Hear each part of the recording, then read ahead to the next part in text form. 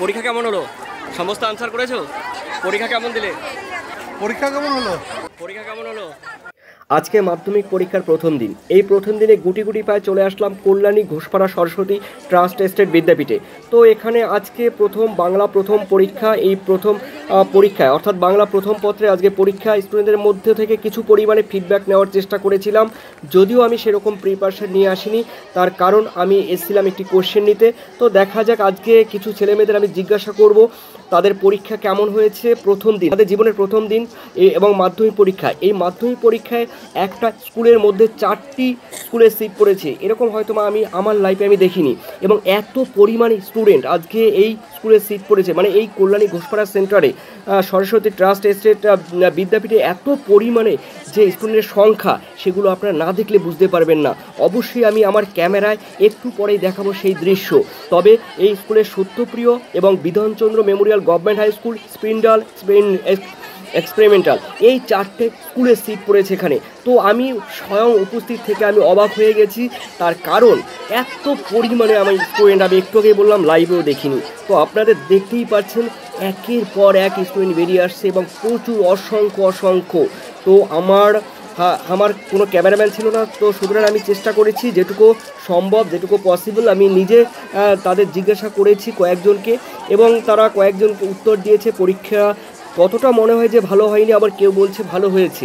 তথাপি ফিডব্যাক সম্পূর্ণ আমি তাদের থেকে নিতে পারিনি, তার জন্য আমি আই অ্যাম এক্সট্রিমলি সরি। তো দেখুন, আজকে এই গুটি পায়ে এগিয়ে আসার কারণ হলো যে তাদের জীবনের প্রথম পরীক্ষায়, এই পরীক্ষায় তারা কতটা কি করতে পেরেছে, কিংবা তারা এই পরীক্ষায় তারা কতটা ঘাবড়ে গেছে। তো সেরকম ফিডব্যাক নেওয়ার চেষ্টা করেছিলাম, কিন্তু সম্ভব হয়ে ওঠেনি। তো দেখা যাচ্ছে এই স্কুলে সতিয়ামারি, যেখানে ঘোষপাড়া থেকে, হ্যাঁ ঘোষপাড়া থেকে একদম ঘোষপাড়ার কাছাকাছি 300 মিটার ডিস্ট্যান্সে স্কুলটি রয়েছে, এবং পরীক্ষার সেন্টার হিসাবে খুবই গুরুত্বপূর্ণ এবং একটি বেটার একটা সেন্টার বলতে পারে। তো কল্যাণী রয়েছে, এই কল্যাণীর মধ্যেই এই সেন্টারটি। অবশ্যই মাধ্যমিকের এখানে সিট পড়ে, উচ্চ মাধ্যমিকের এখানে সিট পড়ে না, আর পড়ার কথাও নয়। যেখানে মাধ্যমিকের সিট পড়ে সেখানে কিন্তু উচ্চ মাধ্যমিকের সিট পড়ে না, আপনারা অনেকেই হয়তো বা জানেন। তো আজকে আমি তাও চলে আসলাম। তো স্কুলের মধ্য থেকে সেই ফিডব্যাক নিয়েছি, এবং কয়েকজন অবশ্যই ক্যামেরার সামনে আসতে ভয় পেয়েছে, কিন্তু কিছু রয়েছে যারা ক্যামেরার সামনে কথা বলতে স্বাচ্ছন্দ্য বোধ করেন না। তথাপি আমি চেষ্টা করেছি কয়েকজনের সঙ্গে কথা বলার জন্য।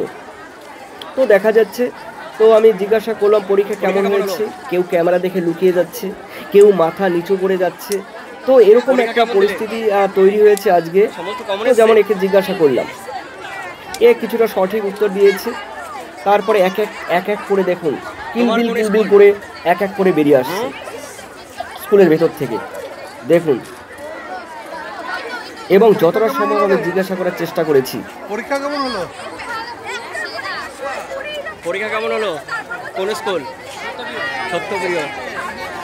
তবে এই ড্রেসটি যেটা দেখা যাচ্ছে, এই ড্রেস হলো যেটি রয়েছে বিধান, হ্যাঁ এটি রয়েছে Bidhanchandra memorial government high school. আর রয়েছে আর এই একটু যে গ্রিন কালার যেটি রয়েছে, সেটি গ্রিন না ব্লু, এই ব্লু কালারটি সেটি রয়েছে, যেটি সত্যপ্রিয় মাদেরচর, কল্যাণী মাদেরচর পিকনিক গার্ডেনের পশ্চিম দিকে।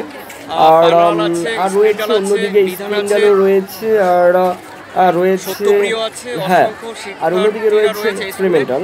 তো এখানে আমি কয়েকজনের কাছ থেকে জানার চেষ্টা করেছিলাম, অসংখ্য শিক্ষার্থীরা রয়েছে। হ্যাঁ, তারা অনেকেই বলেছে যে এখানে চারটে স্কুলে সিট পড়েছে। তো আজকে বাংলা যে কোশ্চেন পেপারটি দেখলাম, সেই কোশ্চেন পেপারের মধ্যে বেশিরভাগই গ্রামের মানে ব্যাকরণ থেকে অলরেডি বেশিরভাগ কোশ্চেন দেখলাম পড়েছে। তো ব্যাকরণ ভিত্তিক বাংলা কোশ্চেনটি দেখলাম, এমসিকিউগুলো আর এসিকিউগুলো পরিবেশ সংক্রান্ত একটি কোশ্চেন রয়েছে। তারপরে বন সংরক্ষণ এসছে, এবং যেটি রয়েছে 4টির মধ্যে মোটামুটি 3টি দেখলাম কমন পড়েছে, একদম সবাই আশা করি পেরেছে। তো আপনাদের পরীক্ষা কেমন হয়েছে, মানে তোমাদের পরীক্ষা কেমন হয়েছে, তোমরা অবশ্যই ফিডব্যাক দিয়ে জানিয়ে দিও। আর কালকেও তোমাদের অবশ্যই ইংলিশ পরীক্ষা আশা করি তোমাদের ভালো হবে, এই আশায় কামনা করি। তবে তোমরা তোমাদের প্রত্যেক স্টুডেন্টদের বলবো যে তোমরা সমস্ত আনসার করে দিয়ে আসবে, কোনো কোয়েশ্চেন কিন্তু ছাড়বে না। আর ছাড়লে কিন্তু তোমরা নাম্বার পাবে না। সাদা খাতা কখনো জমা দেবে না, তার কারণ দেখো সাদা খাতায় জমা দিলে নাম্বার দেওয়ার কোনো জায়গা থাকবে না। তবে আমি বলবো ফুললি তোমরা আনসার করে দিয়ে আসবে, তবে দেখতে পারবে তোমাদের কিন্তু নাম্বার অলরেডি ক্যারি করবে। হ্যাঁ, আর এই মুহূর্তে তো আমি রাখছি, তার কারণ পরীক্ষার সমাপ্তি হয়েছে, সমস্ত ছেলেমেয়ে বেরিয়ে গেছে। তো আপনাদের মূল্যবান কমেন্ট অবশ্যই কমেন্ট সেকশনে জানিয়ে দেবেন। ধন্যবাদ আপনাদের সবাইকে। ভালো থাকবেন, সুস্থ থাকবেন, আর অবশ্যই জুড়ে থাকবেন BYD 7 চ্যানেলের সঙ্গে। Thank you. এই school Ghoshpara Saraswati trust estate Vidyapith. সব বই দেখো বইয়ের বাইরে থেকে দেখ পারলাম কিভাবে